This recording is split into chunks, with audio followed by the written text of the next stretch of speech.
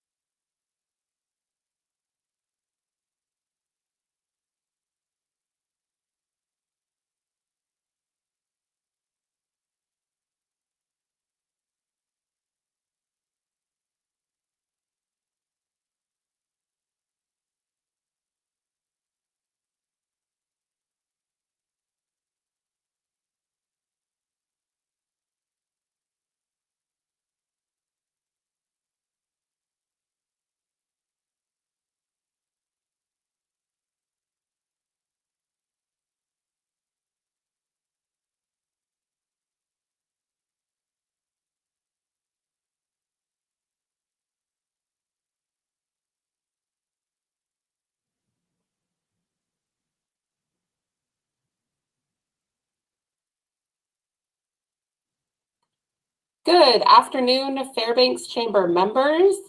For those of you I have not met yet, my name is Marissa Shera, and I'm the president and CEO of the Fairbanks Chamber, standing in today for our board chair, Sabrina Binkley, who unfortunately couldn't be with us today, but she will be back next week. For those of you that have been hanging around for a few minutes waiting for us to come on live, we apologize for our quick little delay this morning, but we are here and on program.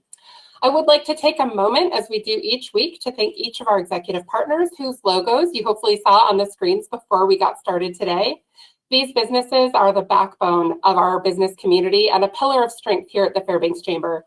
Their support is not only financial, but often these businesses are providing the Chamber and our advocacy committees the knowledge and information that they need to inform our advocacy process and support the policy that makes Fairbanks and our state the best environment possible to do business. A full list of our executive partners can be found on our website.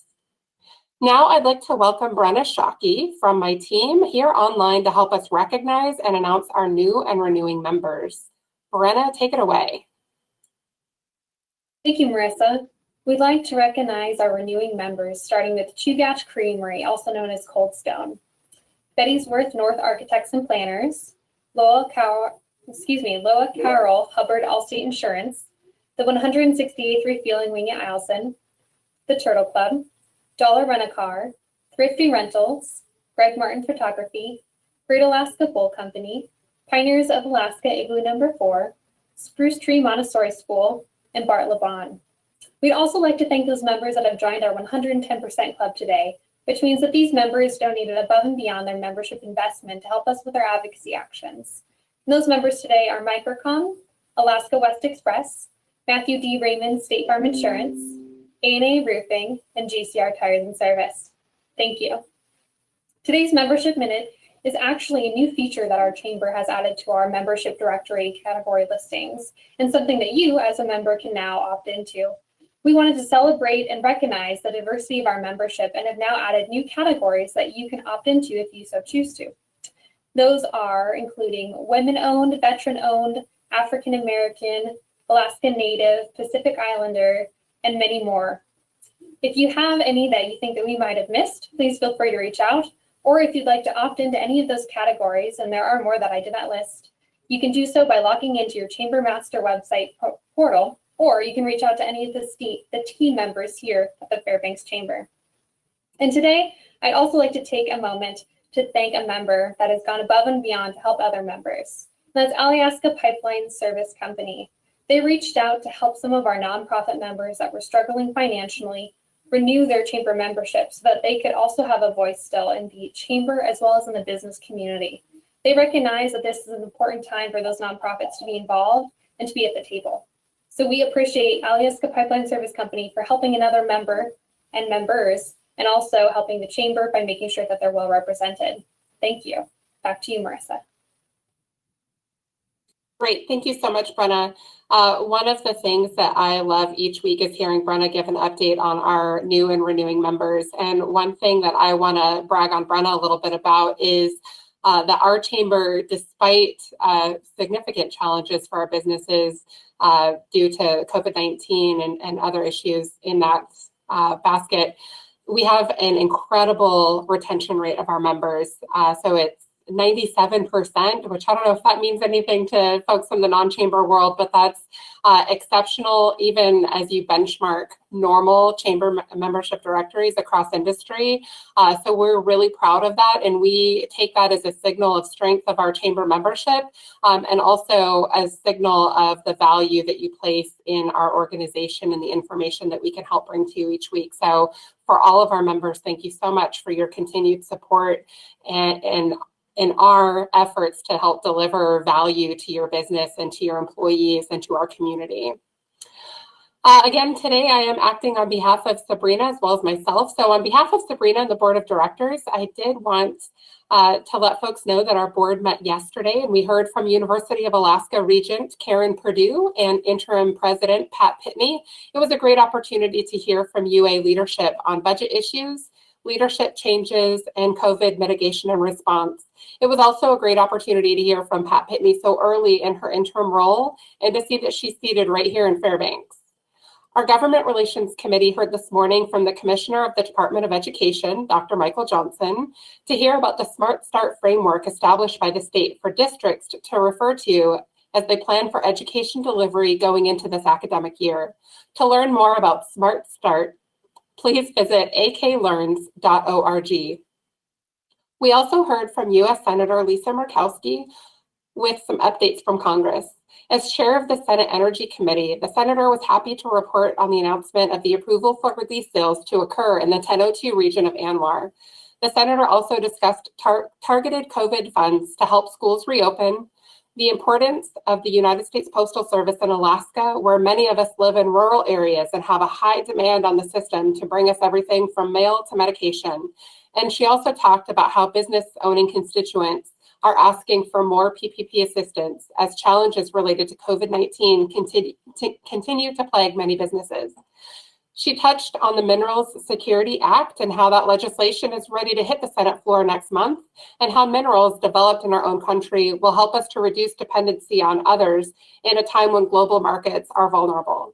Finally, she gave a grim update about the US Census and how Alaska is ranked 50th in terms of response rate, and how we only recently crossed the 50% rate. She urged Alaskans to participate and reminded the committee that we'll live with these numbers for the next 10 years, and those will impact funding for childcare, roads, housing, water, and so much more. You can participate online or be sure to respond if a U.S. Census taker visits your home. You can also actively help spread the word about the importance of participating in the U.S. Census by sharing information with your employees, coworkers, and family. Now I'd like to move on to my report and talk a little bit about what we're doing inside the chamber here. We are excited to be gearing up for Leadership Fairbanks class of 2021. Enrollment is open, and the deadline to get enrolled is September 4th at 5 p.m. You can go to fairbankschamber.org/leadershipfairbanks to read all about what's on the horizon for the class of 2021. But what is Leadership Fairbanks? And this is our most common question. So I'd like to tell you a little bit about that program and what exactly it is. So this year it's an online program facilitated by the Fairbanks Chamber and Jeff Welch, designed to help emerging and established leaders expand their existing leadership skills through exposure to challenging ideas, insights from community leaders, lively discussion, and personal reflection. Participation in Leadership Fairbanks is an inspiring, and challenging experience in which you will develop lifelong relationships and established and emerging leaders in our community while learning the skills necessary to become a valued leader in your organization and in our community. Your cohort of about 20 emerging and established leaders will participate in this 9-month-long program that will enable you to enhance your leadership skills, broaden your perspectives, and build meaningful professional relationships. Each student is a collaborator in the program and as such is expected to contribute diverse ideas and valuable perspectives to others in your cohort. As participants, you must demonstrate a passion for people and the future of our region and a personal commitment to help improve the quality of life in Fairbanks. You must have a commitment to the community through current and past activities and a willingness to commit the requisite time and energy to complete this program, which requires the full support of your organization. If you or someone in your organization would make a good candidate for this program, please take time to encourage that person to enroll. We have an exciting and adapted plan for the developing leaders in your organization, and we know that they will appreciate your support of their development. A new development this year with Leadership Fairbanks is the creation of a scholarship that was designed to increase diversity and inclusion in our Leadership Fairbanks program. Interested applicants can read more about it on the Leadership Fairbanks page, where the applications can be found. The deadline for scholarship applications is also September 4th. If you've got any questions about that, please email Katie. Businesses can support Leadership Fairbanks by becoming a series sponsor for only $500. There are many benefits and opportunities for added exposure for the duration of this program. Thank you so much to our early sponsors. Those are Mac Federal Credit Union, ConocoPhillips Alaska, Wells Fargo Alaska, Usabelli Coal Mine, and Summers Sotheby's International Realty. Thank you all for your support. As a 2013 graduate of this program, I can attest that I still benefit from the development this program offered and the connections that I was able to make as a participant. I would welcome questions anytime from anyone interested in pursuing this individually or for someone in your organization. And my last announcement today from the Chamber is that if you are in need of a professional headshot, whether you're a new professional or if you need to update your presence in our virtual and online spaces, we have this opportunity for you, our members. Greg Martin Photography will be holding a pop-up headshot session at our Chamber office next Thursday, which is the 27th. You can find that event on our calendar and go there to reserve your session. You can click the link that Katie is posting in this chat session here as well. You can find information about all of these things and more on our website at fairbankschamber.org, or of course, you can give us a call anytime. Now I'd like to move on to our main presentation. Although none of us have a crystal ball about what the future post-pandemic world may hold, it is certain that we have and are experiencing the effects of COVID-19 for the foreseeable future. We're happy to have Muhsin Gutabi here to share his predictions for the economic repercussions and the forecast moving forward. Dr. Gutabi is an associate professor of economics at ICER with his PhD in economics from Oklahoma State University. His fields of specialization are regional and urban economics, health economics, and applied microeconomics. Before coming to ICER, he was a research economist at the Center for Applied Economic Research at Oklahoma State University, where he conducted public policy analysis, regional economic development, and economic forecasting. At ICER, his recent work includes assessing the economic impacts of the fiscal options, analyzing the state spending, and updating ICER's economic forecasting model. His academic work uses quasi-experimental methods to evaluate the effect of policy shocks and on outcomes of interest. Thank you so much, Dr. Gutabi, for joining us today. Take it away. Thank you for having me, Marissa. Yeah, as you said, nobody has a crystal ball, and I certainly don't. But what I would like to do today is try and paint a picture of what I think is potentially going to happen to the Alaska economy. I'll start by saying that this is not a Fairbanks-centric forecast. I'll talk a little bit about Fairbanks, but I'll talk about how COVID-19 has affected the Alaska economy, what are the sectors that have been hardest hit, and what the outlook potentially tells us for the next 2 to 3 years. There is, as you said, a tremendous amount of uncertainty. Economic forecasting in general is a difficult undertaking. In the midst of a pandemic, sometimes it feels like a fool's errand because obviously there is quite a bit of uncertainty surrounding the pandemic and the virus. But I'll speak about many caveats that are associated with the forecast, but hopefully I'll give you enough data points to develop a sense of where I'm coming from And you can make your own decisions as to whether or not the forecast is too rosy or aligned with what you think is going to happen. Next slide, please.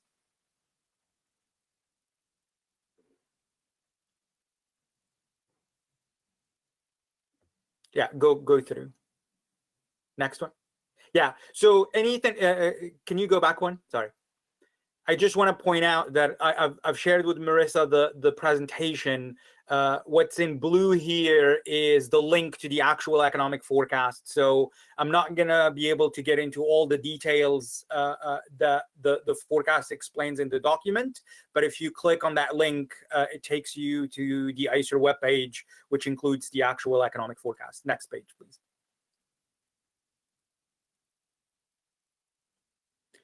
And if you could just show the whole page, that would be great. Yeah, so I'll just start with some things that I think we're all familiar with. The number of unemployment insurance claims has just ballooned in the state, right? And so historically, we average about 900 initial unemployment claims. These are basically new unemployed people that filed for unemployment insurance. We average less than 1,000 per year at state level. Since the pandemic started, we've been averaging a little more over 8,500, actually about 8,700, and that's an incredibly high number and indicates again just the scale of the crisis that we're experiencing. Perhaps the more relevant number is the number of continuing claims. These are people that are continually receiving unemployment insurance benefits, and there are more than 40,000 of those. That's without counting self-employed individuals who also have been able to receive unemployment benefits for the very first time. And so to me, those numbers essentially alone tell us that this is a very, very different crisis than what we've had in the past. To put those numbers in perspective, between 2015 and 2018, the state lost a little more than 11,000 jobs during Alaska's longest recession. And in just 5 months, we've had more than 100,000 filings for unemployment insurance. And right now we're averaging about 40,000 or a little more than 40,000 continuing claims. So it's already dwarfed in terms of scale Alaska's longest recession. Clearly, the reasons for this decline are very different. Another metric that people like to pay attention to, which is the unemployment rate, has essentially doubled. We were at historic lows in terms of the unemployment rate. In June, we were at basically 12.5%. And I'll mention this quite a bit. I'm not going to have time to go through it, but economic data comes out with a very, very significant lag. What I mean by that is historically, we don't get May employment numbers till October. And so what I've been doing is relying a lot on real-time or near real-time data sets that have just come out. And I use a lot in my work. If you go to tracktherecovery.org, I don't know how many of you spend time on that website, but it's a phenomenal collaboration between Harvard and Brown and some nonprofits that collect near real-time data from every state that show spending, number of businesses that are open, or business revenues, and so it's by Opportunity Insights, and like I said, it's tracktherecovery.org. So I've been using that quite a bit, and I've also been using foot traffic data. Google Mobility Reports and SafeGraph have allowed the sharing of essentially anonymized cell phone data that allows us to see whether or not people are abiding by the mandates, whether or not people are going back out to restaurants. And those, I've used both of those in order to get a sense of what's happening in real time in Alaska, and use that quite a bit in the forecast. And so if you go to the document, I show spending declines by category in restaurants and hotels and healthcare establishments. And what you can see in all of them is basically we fell off a cliff immediately when the virus fears were at their highest, and then we've been climbing back up. As of this morning, when I checked, The latest numbers are for the first week of August. Spending in Alaska as of the first week of August is about 6.5% lower than it was in January. Now, this is not seasonally adjusted, so you have to be careful. Remember, I mean, as you all know, spending and employment in Alaska balloons over the summer. And so right now, this is lower than January. And in fact, historically, we obviously are much, much higher than January over the summer. And so the declines are fairly pronounced, but it's important to note that we've been kind of slowly climbing our way out of the depth of the recession. But as I'll say in a little bit, the idea of a V-shaped recovery was nonsensical to start with, and it's just not going to happen because there are no catalysts to make it happen. And now we're obviously dealing with this resurgence of the virus, so it complicates the picture a little bit. If you could go to the next slide, please. And so I'll speak a little bit about the national picture because, again, in building my Alaska-specific forecast, I realized the Federal Reserve puts out forecasts at the national level. And there's been mixed information coming from federal agencies. There are some numbers that look really, really strong, and people think that they indicate that we're basically getting back to normal fairly soon. However, the Fed's forecast from a GDP perspective and an employment perspective points to a much, much slower recovery because, again, we have about 18 or 19 million people that are still unemployed. We've had some construction numbers that are strong, some retail numbers that are strong, but I will caution that much of that increase in spending was largely driven by the very, very generous federal assistance programs that have obviously dried up right now, and we're in limbo about when this next package potentially comes. And so I don't want to call the recovery artificial, but it's very much supported by very generous unemployment benefits, by support to businesses, which is great and obviously was needed. But right now, as I'm sure many of you have seen and you think about it in your everyday businesses, we've entered this income cliff period where a lot of the aid that has come towards the state and to every state has basically halted. Right now, we're talking about unemployment benefits essentially being cut in half. We don't know if there is more aid to businesses, and we don't know if there is direct aid coming to the state. I'll talk about it in a little bit, but if you add up all the monies that have flowed to Alaska since the beginning of the pandemic, it's about $3 to $3.5 billion with a B, depending on how you want to count. And that's about 7% of GDP. So at the national level, obviously that's in the trillions of dollars, and that's supported this partial recovery. But again, we have a lot of people that are unemployed, and we have a lot of action that has taken place at the federal level that has put holds on mortgage evictions, on mortgage defaults, on evictions. And so it's unclear what's hovering below the surface if more aid doesn't come to bridge us to the other side. And so I say all of this to basically just reiterate that we need to be careful in interpreting good data. It's fantastic that things are looking up, but we need to kind of be careful and disentangle why this data has rebounded as fast as it did. And again, partially stimulus money, partially generous unemployment benefits, and support for businesses. Next slide, please. So so this is what I was talking about. This is arguably the most important thing that we're dealing with right now, and it's this income cliff.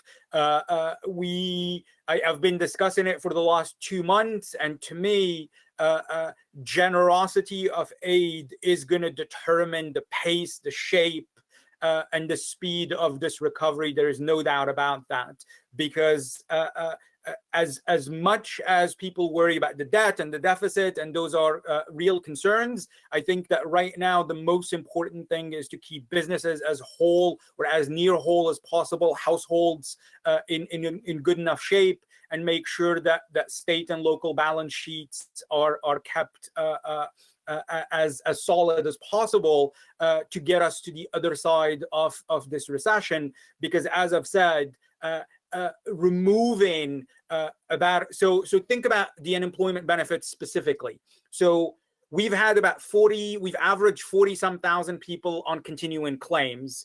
The federal unemployment insurance boost was $600 per week per person.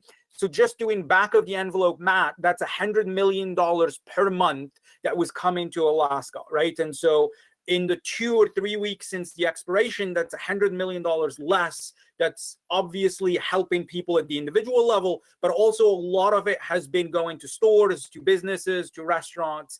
And now we're talking about this $300 that maybe will last for 3 weeks. So again, massive amount of uncertainty. We know that PPP, while it was fantastic, a lot of businesses have already gone through it. So take everything that I'm going to say with a grain of salt, because there are policy shocks that are likely going to change the course of this recovery, right? And so if there is absolutely no more aid coming, then that puts downward pressure on the forecast. And so I'm going to be talking about these things as headwinds, right? And so these are all headwinds for the forecast because, again, less money flowing in the economy, businesses not able to retain workers, local governments having to lay off workers are all potential dangers if some of this aid doesn't come. My assumption in the forecast is that a lot of this aid, the second package I was assuming, was going to be between $1.5 trillion to $2 trillion at the national level. And so I'm assuming, so all the numbers that I'm going to show you are assuming a fairly strong assistance program. Now, obviously, that's in question. Next slide, please. So this is, if you only had to look at one picture in order to kind of determine the scale of the issue, I think that this does a fairly good job. These are initial unemployment insurance claims, and they're just raw unemployment insurance claims. So these are individual claims in every single week that are filed by people essentially that have been laid off or are trying to essentially get unemployment insurance benefits. And as you can see, for 2019, as I've said, we were averaging about 900, and then you see that very significant increase. They've been going down. So as of this previous week, we were at 4,900. So they've been coming down. So yes, things are improving. But again, for example, Anchorage has halted dine-in service, and we're seeing now foot traffic slow down in quite a few places. So it's not clear whether or not we're going to see another spike. The other thing that's happened, and again, businesses or business owners that are listening know this better than I, but a lot of people, businesses have brought back workers with the usage of PPP in expectation that demand was going to come back. And if demand is not coming back, then we're going to find ourselves essentially over the next few weeks in basically the same place we were in March, where demand has not picked back up and they have to make decisions about whether or not to keep people on or to lay people off. And so again, the trend is good because we're going down. However, again, the income cliff, the expiration of benefits, and the resurgence of the virus have shifted these behavioral responses at the individual level. Next slide, please.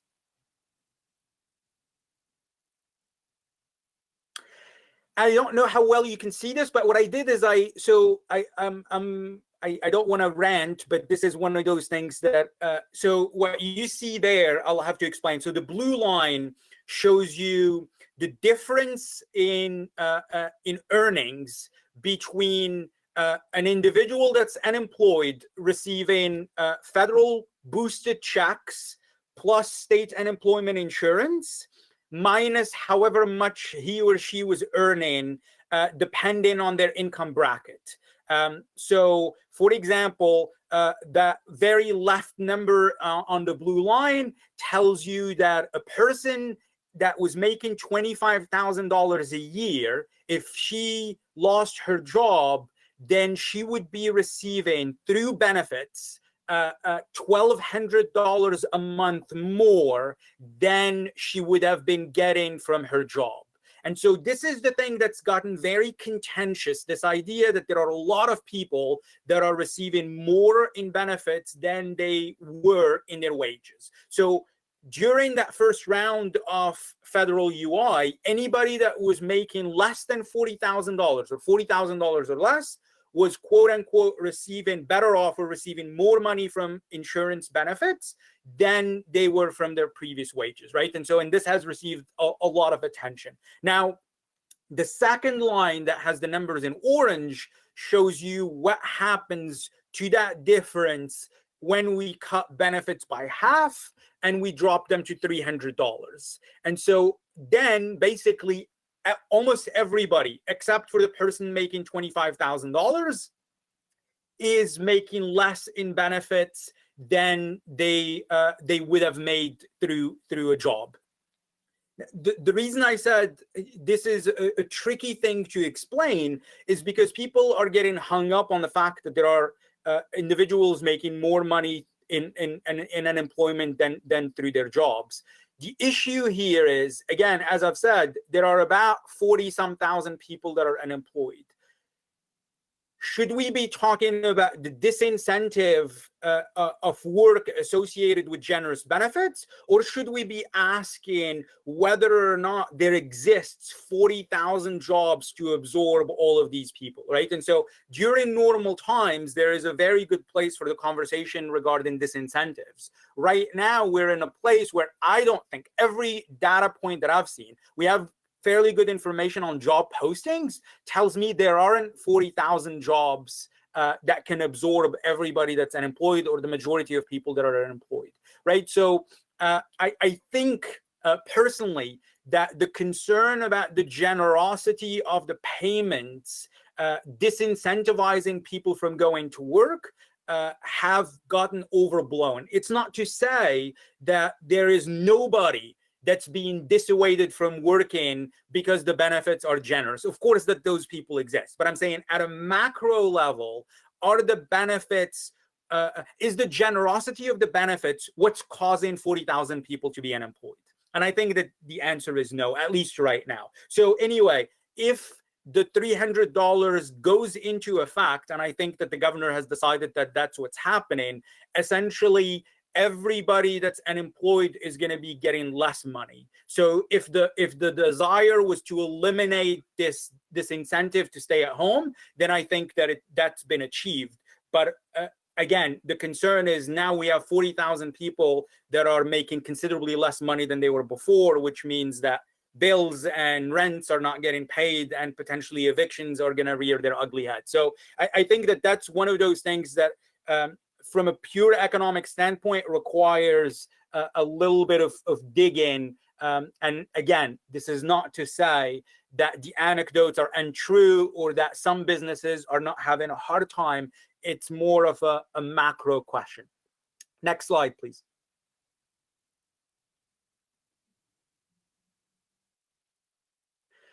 I've said these three letters a lot. I dislike all of them. Everybody has been talking about what shape will the recovery take. I'll just go through them quickly because I'm sure most of you have heard them a lot. Most optimistic economic prognosticators were talking about a V. A V essentially basically says we're going to have a drop in economic activity and we're going to bounce right back up to the levels that we were at beforehand. I just don't think there is any evidence for that, whether nationally or at the local level, because again, the virus is still with us. People's balance sheets have been affected. We have a lot of business closures that are going to be permanent. And, you know, those are not recipes for a V. A U basically tells us that we have a drop in economic activity. We hover at the lower levels for quite a while, and then we come back out.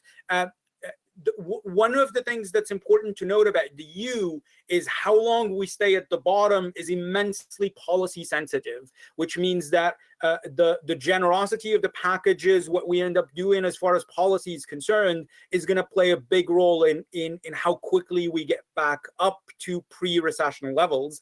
And then an L is the scenario we really don't want, right? Where we lose 40 or 50,000 jobs, and essentially we now have a new level of employment that's 50,000 below where we were, and we just stay there. But again, this is the good thing is that there are many things here that are policy sensitive, meaning how quickly the virus is contained, or whether or not people feel safe enough or comfortable enough or confident enough to go out is going to determine the path of this recovery. I've grown more fond recently of something along the lines of a Nike swoosh type recovery, where it's a gradual improvement in activity rather than anything that would result in some sort of snapback. But again, I think that these are all shorthand ways of thinking about the speed of the recovery. And the reality, as I'll say, I'm a regional economist by training, and so I think about heterogeneity quite a bit. No two places are going to have the same recovery. No two communities are going to have the same recovery. Dependence on different types of sectors is going to largely drive the speed, the shape of these adjustments. Next slide, please. Yeah, so I'll tell you quickly where I see things essentially heading. I had a forecast before all of this came out that basically was saying that the state economy was going to grow at somewhere between 0.4 and 0.7%. I was along the lines of that 0.7%. As I said a little while ago, the Alaska economy went through its longest recession. We lost 11 or 12,000 jobs. Nobody was expecting that Alaska was going to be growing very fast. So it's important to keep that in mind, meaning that the level of employment and the pace of growth, even pre-pandemic, was going to be fairly modest. As a result of the pandemic, my forecast right now, and I'll talk a little more about it, again, I don't have a crystal ball, but I make assumptions about the shape, says that we're going to not get back to pre-pandemic levels till after 2023. Essentially, what I have is by the end of 2022, we're going to be at about 95% of the pre-pandemic levels. Again, some people think that that's too optimistic. Some people think that that's too pessimistic. I can tell you that based on the assumptions I've made, that seems to be a reasonable path. Now, again, one thing that I'll talk about a lot, not to be too wonky, but there are things that confuse people when they think about this recovery is month over month, we're going to be seeing growth basically from now up until 2023 because the level of employment has dropped so much. And so if you just compare, for example, September to August or October to September on a seasonally adjusted basis, things are going to look good because the levels of employment have dropped so much. But if you compare, for example, August of 2020 to August of 2019, it's going to look incredibly ugly, as I'll show you in a second. And so, yes, we're going to be seeing growth in 2021, and I'm fairly comfortable that that's going to happen. We're going to see growth in 2022. But that growth is going to be much slower than the degree of the losses that we experienced. And so good news, bad news. Once you hit a level of employment that's incredibly low, there is nowhere to go but up.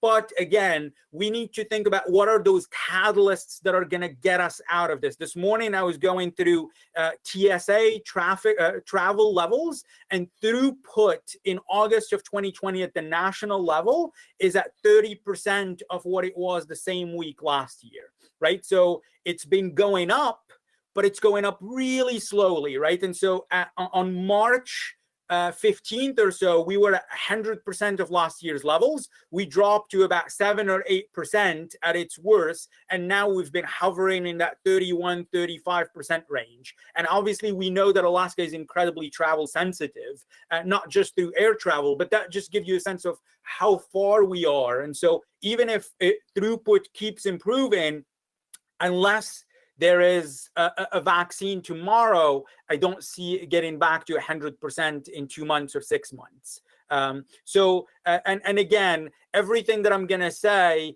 not only hinges on the policy response, but hinges on decisions at the state level, at the federal level, but also, again, about how quickly this virus is contained. Next slide, please. Yeah, so this basically just gives you the summary that I said a second ago. So really, by the end of this year, under fairly realistic assumptions, because we've obviously already gone through most of the year. If we do get a second package that's reasonably generous, I think that Alaska is going to end the year with about 25,000 fewer jobs than it did the previous year, which would be about 7.5% less than the previous year. And then we're going to see growth, again, that gradual growth that I was describing in 2021 and 2022. A lot of people ask me, well, where is the growth going to come from? It's this gradual return to work, people resuming normal activities. Even if we're not get back to 100%, stores are going to have to hire some capacity in order to meet demand by the households that do stay in Alaska. Next slide. Yeah, and I'll just leave this for a second, that I make some fairly significant assumptions. I talked about all of them. Oil prices stay stable.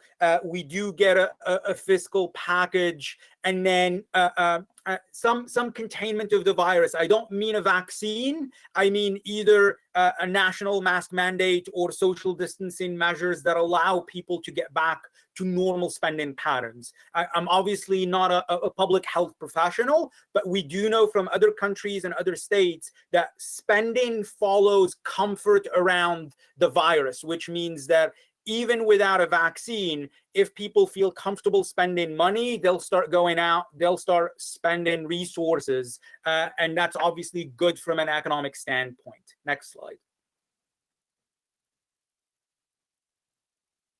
Yeah, and this is just showing you again what the picture looks like right now. So these are June numbers, and I want to show you where Alaska stands relative to last year. So the two numbers there are Alaska a year ago in June, Alaska now in June. So again, you can interpret the 2020 graph as a V, because again, we dropped and we got back up, but the level we were at a year ago is still much, much higher than where we are right now. And that gap is what we're going to struggle to get, right, to get back.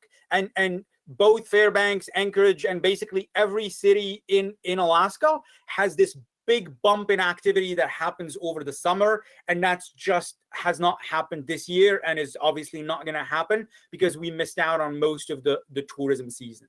Next slide, please.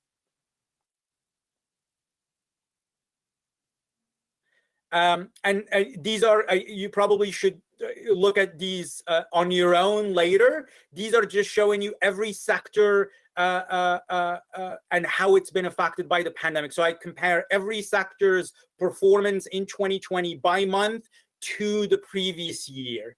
The thing that you can take away is it's a sea of red, and red is no good. Those are declines, percentage change declines by sector in 2020 relative to 2019. And again, aside from federal government employment, which increased a little bit in one of the months, we've basically have had an across sector decline that's, again, improving, but we're still very far away from where we were previously. Next slide, please. This is the seasonality. All of you know this. The orange line is Alaska. The gray lines, I'm hoping you can see them, are every other state. And the reason I like this graph a lot, and I create it for most of my talks, is it just shows you how sensitive Alaska is to summer and summer activity. July employment statewide is 15% higher than January employment during normal years. And our seasonality is so much more pronounced than every other state's, which means that, again, taking away the seasonality or having a non-existent summer tourism season affects economic activity tremendously. And this is why our vulnerability to the pandemic is very, very different than that of many other states. Next slide, please. And we don't have numbers for Fairbanks specifically, but the Alaska Department of Labor produces numbers for the interior as a group. And non-farm employment, this is wage and salary employment, in June is about 11% lower than June of 2019. At the state level, we're about 10.5% lower. So Fairbanks seems to be more, or the interior seems to be more affected, at least thus far, or has had a more significant drop in employment. Next slide, please.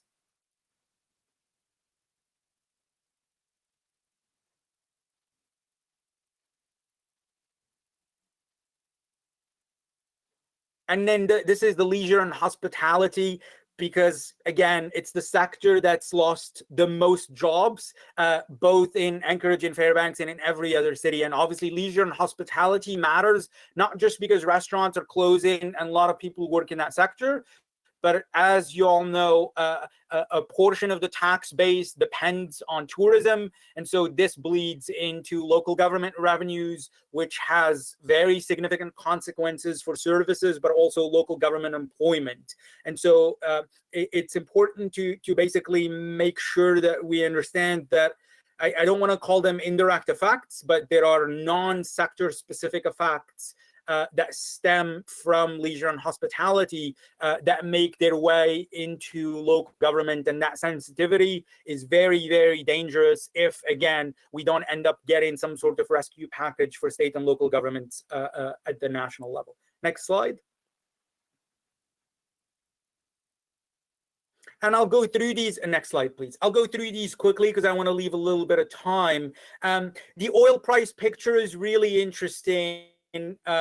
As you can see, the light blue is 2020, and then the dark blue is 2019. We had that very, very sharp drop. You can even see one of the dots is negative. We had that jump into negative territory for the futures in mid-April. And then we've had a recovery since.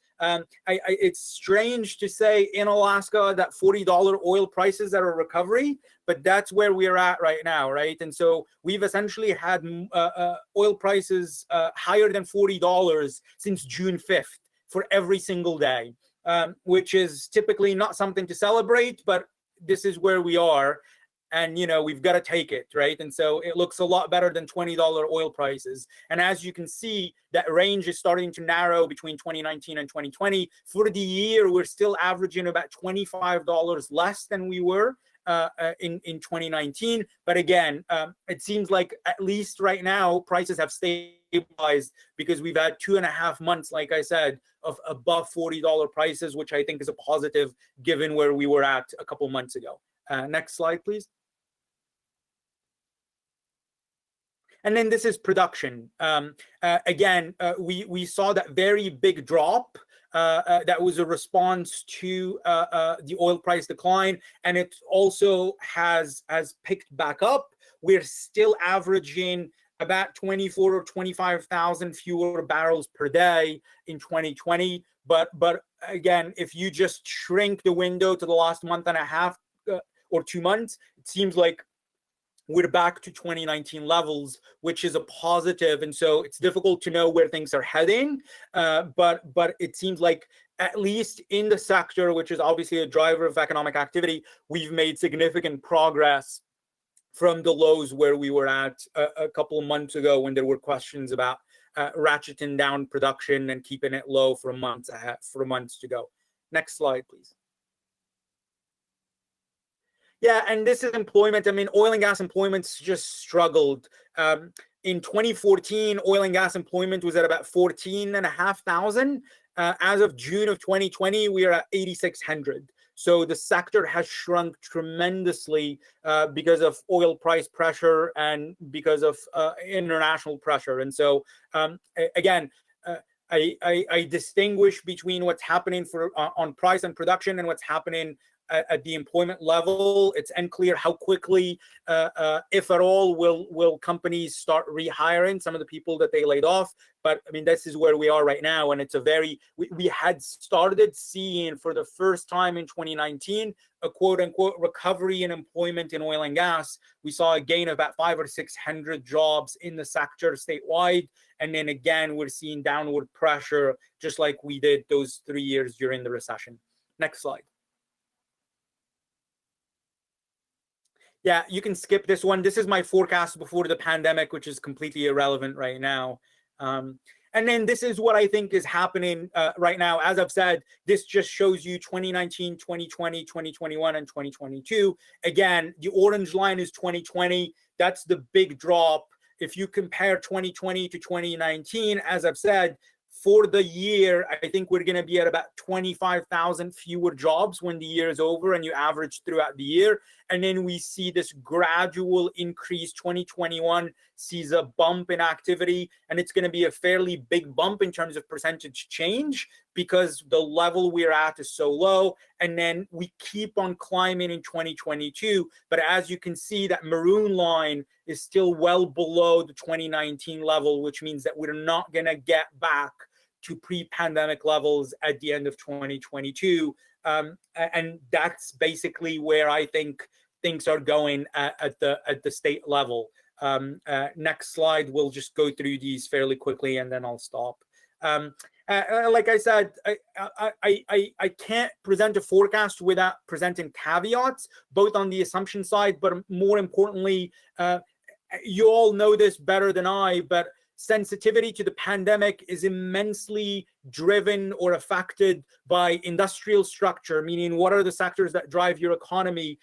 How sensitive is local government revenue to tourism? How widespread is the virus? And so even when we talk about a statewide recession or the state's response to the pandemic, the reality is we have many economies within the state that have very different drivers, and the economic response, in my mind at least, needs to take all of those things into account. There need not be a uniform response to the pandemic. Cities, communities that are hard hit should be treated differently than ones that are weathering the storm, if you will, well. And I think that aid should be tied to the unemployment rate or to industrial structure or to the damage that has been ensued. Because again, as far as I'm concerned, the most important priority is to build a bridge that's solid enough for households, for communities, for governments and businesses to get us to the other side. So I think I'm just going to stop. There is some little detail after this that people can look at and they can reach out if they want. And then I'll let you drive. Great. Thank you so much for joining us today. And we do have a few questions that have come in. Do you have time to go ahead and go through some of those? So the first thing that I wanted to address is you did make mention a couple of times that you encourage people to go back and look at this information. I'm going to take that to mean that you don't mind if we share this with people that ask for it. No, please do. Yeah, please do. Yeah. All right, fantastic. So for those of you that are watching, Katie did put in the chat box her email address. If you send an email to Katie or let her know that you would like for her to send those slides over to you, we do have permission to do that, and we'd be happy to share so that you can go in and look at that sea of red, but hopefully maybe better news later in the slide deck.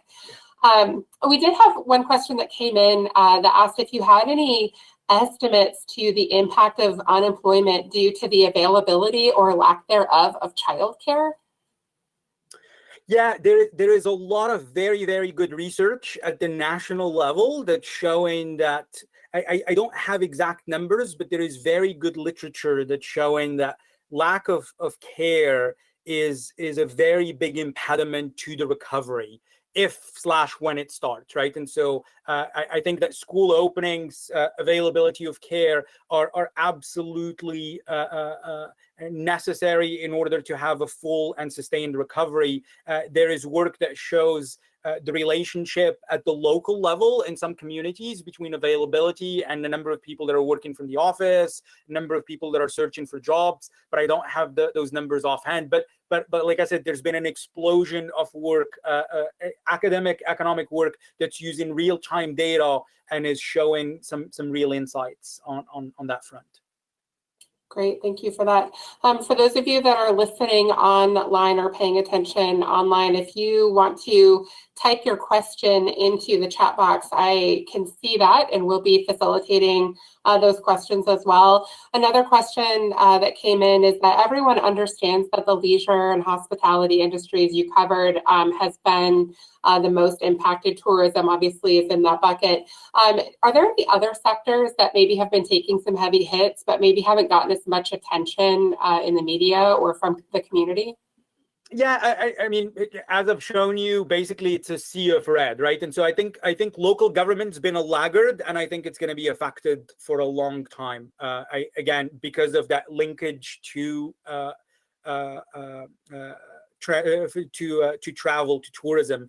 Construction, professional and business services also got affected because of its ties to oil and gas, and because it's really high paid.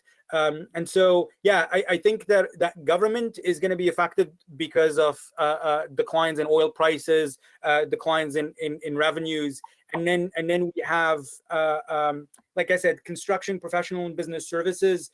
They bounce around a lot, but those are sectors that typically really explode in terms of activity during the summer, and we missed out on much of that activity this time around. And so, yeah, I would say those three, but the reality, like I said, is that there are no sectors that have escaped this. I'll just say one thing that surprised me is there's been a very, very significant drop in employment in healthcare, which was unsurprising. And in my forecast, I show that, or at least I think that the recovery is going to happen fairly fast there. But as of this past week, spending in healthcare is still about 50% lower than January levels. So the recovery there is much more sluggish than I would have expected it to be. And as you know, healthcare has been one of those very stable sectors in the Alaska economy. And we saw a lot of layoffs almost immediately when dentist offices were closed. And so we saw a lot of administrative type layoffs there, and it doesn't seem like a lot of them have come back. A point of clarification: when you say that there was a downward spike in spending, do you mean consumer spending, sector spending, or both? I mean consumer spending on healthcare services. Perfect. Thank you for that clarification. This is a good reminder to remind people that if you are in need of healthcare, it's a great time to go and receive that healthcare, that there are economic disadvantages of ignoring your health, right? Yeah. Okay, what I believe is our last question is, what is the most impactful policy that you would suggest, based on the information that you have, that policymakers make at either the local, state, or federal level to positively impact our economic health in our state? Spend money, a lot of it.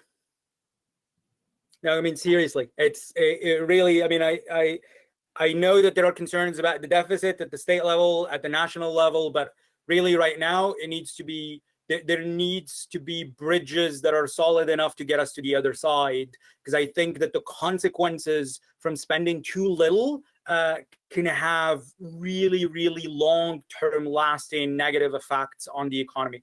There are very significant negative effects associated with long-term unemployment. If we have evictions, that's really difficult to get back up from. If we have mortgage defaults, those negative effects are going to weigh on the economy for a really long time. And so I think that as much as we're concerned about disincentives and about deficits, I think that the aid should be targeted. I'm not saying just drop money out of a helicopter, but target money, work with businesses, and work with communities at the local level, right? And so I am not a fan of uniform aid. As I've said, communities like organizations like yours have a much better pulse of what's going on there than people at the state level or at the national level. And I think that customizing aid to suit the needs of the people, the businesses, and the local communities in a way that's responsive, right? And so